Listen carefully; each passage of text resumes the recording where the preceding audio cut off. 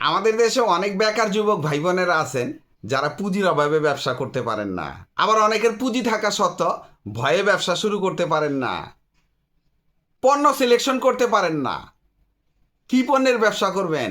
ব্যবসায় কিন্তু পণ্য সিলেকশনটা খুবই জরুরি। আপনি যদি সঠিক সময়ে সঠিক পণ্যটা সিলেকশন করে ব্যবসা না করতে পারেন, তাহলে আপনার ব্যবসা কখনোই গ্রো করবে না। আপনার ব্যবসা শুরুতেই বন্ধ হয়ে যেতে পারে। তাই পণ্য সিলেকশনটা খুব চিন্তা ভাবনা করে করবেন, তাহলে দেখবেন আপনার ব্যবসা কখনোই বন্ধ হবে না।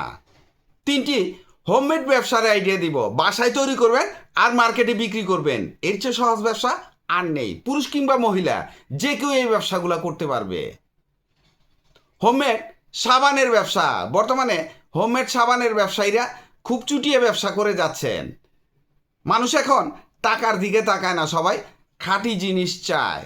আর আপনার তৈরি সাবান যদি একবার মার্কেট পেয়ে যায়, তাহলে আপনার আর পিছন ফিরে তাকানো লাগবে না। সাবান তৈরি করা খুবই সহজ, পুঁজিও তুলনামূলক অনেক কম লাগে, মার্কেটে চাহিদাও প্রচুর, লাভের অঙ্ক মোটামুটি অনেক ভালো থাকে। প্রথমে আপনাকে জানতে হবে সাবান তৈরি করতে কি কি লাগে, এরপর সাবান তৈরি শিখতে হবে। সব জানা শেষ হলে আপনি সাবান তৈরি শুরু করে দিবেন। সাবান তৈরি করতে কি কি লাগে, যেমন তেল বা ফ্যাট, কস্টিক সোডা সাবানের সবচাইতে গুরুত্বপূর্ণ পণ্য। এটা ছাড়া সাবান তৈরি সম্ভব না। পানি তো লাগবেই, সুগন্ধি এবং রং। ত্বকের উপকারী উপাদান যেমন অ্যালোভেরা জেল দিতে পারেন, মধু ইউজ করতে পারেন, দুধ, ভিটামিন ই ব্যবহার করতে পারেন, নিম পাউডার ইউজ করতে পারেন, কাঁচা হলুদ, কফি সাবান তৈরি করলে কফি পাউডার ইউজ করতে পারেন। আর সিলিকনের মোল্ড লাগবে। আর ওজন মাপার জন্য একটা ওজন মাপার মেশিন লাগবে। আপনি এই মালগুলা পাবেন কোথায়? সাবান তৈরির কাঁচামাল আপনাকে খুঁজে বের করতে হবে কোথায় পাবেন। যেমন ঢাকার আরমানিটোলা। তাছাড়া আপনি অনলাইনে সার্চ করে জেনে নেবেন কারা এই সাবানের কাঁচামালগুলা বিক্রি করে। আপনি ভুরি ভুরি দোকান পেয়ে যাবেন, তাদের কাছ থেকে কাঁচামাল সংগ্রহ করে আপনি সাবান তৈরি করতে পারবেন। বিক্রি করবেন কোথায়?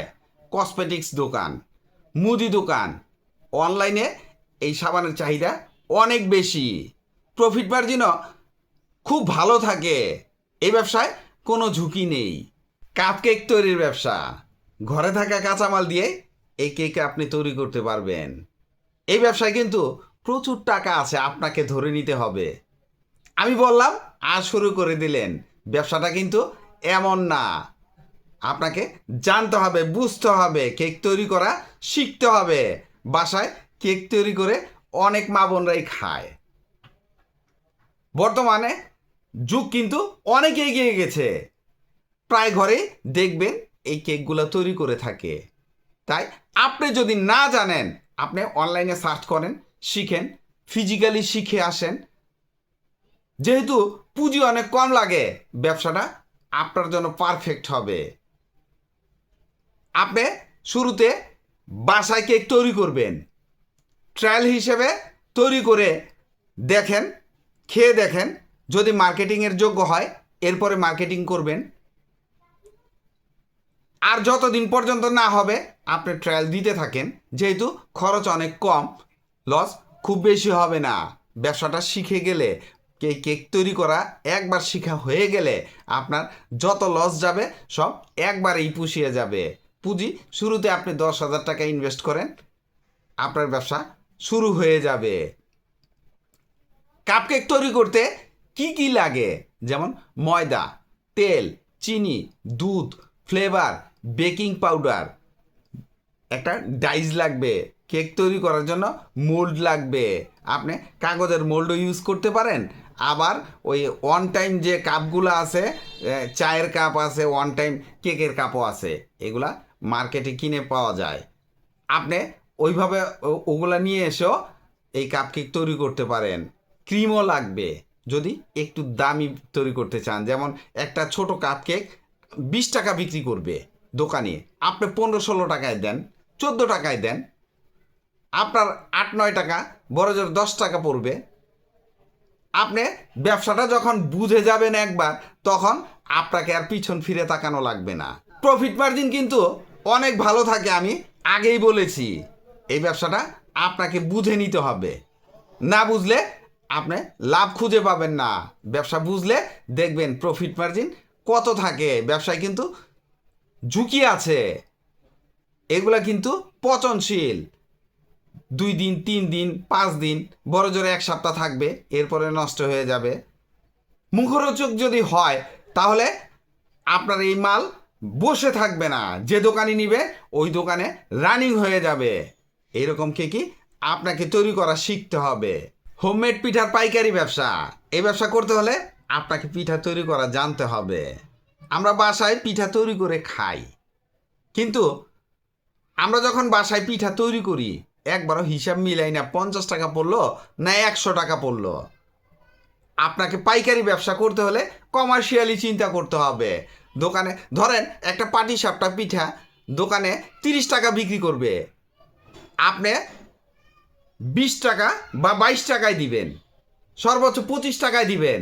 ওই 25 টাকার মধ্যে বা 20 টাকার মধ্যে আপনাকে পিঠা তৈরি করা শেষ করতে হবে, এর মধ্যে আপনাকে লাভ খুঁজে নিতে হবে। তাহলে বাসায় যেভাবে তৈরি করি ওইভাবে করলে আপনার হবে না। এই জন্য বলছি যে পিঠা তৈরি করা আগে শিখে নিতে হবে, আইটেমগুলা আগে জেনে নিতে হবে, কি কি আইটেম দিলে আপনার লাভ থাকবে। পিঠা তৈরি খুবই সহজ, পুঁজিও একেবারে হাতের নাগালে, মার্কেটে চাহিদাও প্রচুর, লাভও খুব কম হয় না, ভালো লাভ হয়।